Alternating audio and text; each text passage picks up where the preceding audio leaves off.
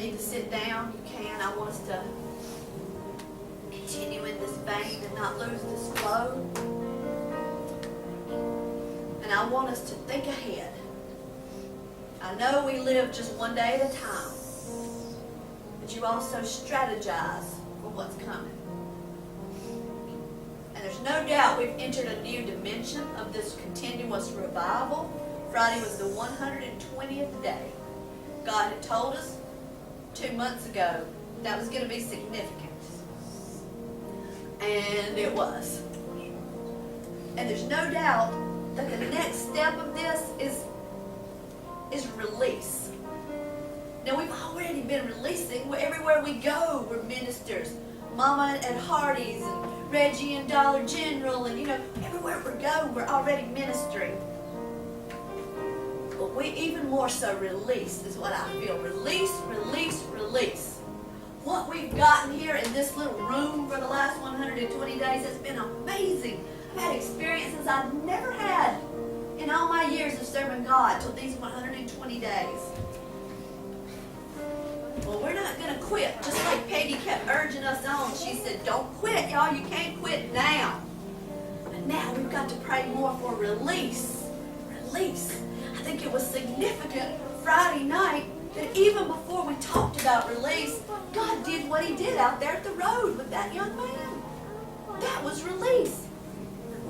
We weren't even thinking at that point about the next step of revival being released, but God did it right there. He took, because I remember thinking, well, we're having service, and Peggy might need to ask me, well, what do you feel to do next? Or, I really can't leave. Oh, yes, you can. God tells you to go outside like those girls do. You hear him and you go. So, but who knew the symbolism of that till afterward? That we had to take what was here out there. It went out of the door. Patrick is somewhere right now. I don't know where he is, but he's not forgotten this place. I said, they're in there right now, Patrick. They're worshiping. I said, you should come there sometime. I will. I pray, God, that you take all these people who say, I will, and I'm coming, and I want to be at the well. God, I pray that you remind them of what they spoke. Woo. I pray, God, that they would come to the water, that they would come to the table. God, remind them of those words, and I pray you quicken it in their hearts. Whoever's told you they're going to come, they're going to come, they're going to come, you call their names out in your heart or aloud in your prayer closet at home. Don't forget them. Don't say, well, they just said they come like people do. I knew they wouldn't. Don't you say that. You call them on in.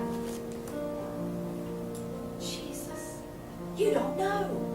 I sat at Hillbilly Hideaway last night, and here comes this woman running over to me. She looks at me with this beautiful smile like, hey, Leslie. I'm thinking, who was that? And, hey. She said, you don't remember me. And then I did. High school. Girl I didn't even hang around with. She was younger than me, but she's like, hey, Leslie. And she grabs me and hugs me. And then I remembered her. But we didn't hang out, didn't know her much. She said, I read on Facebook. Y'all had a special service last night. I didn't know she was reading Facebook stuff. Y'all had a special service last night. Oh, we did. It was so good. Then her face got moved. You could tell, emotion. She said, I really want to come to the well. I said, you come on, come to the well. And she said, don't be surprised if you see me tomorrow. Well, I'm not going to look out there and say, well, just another one that said, I'm going to say, thank you, God, she's coming. She made something happen. She couldn't get here today. Right here, what you speak is key. Your words are key. You put those positive words in the atmosphere. I believe she's coming. Oh, God.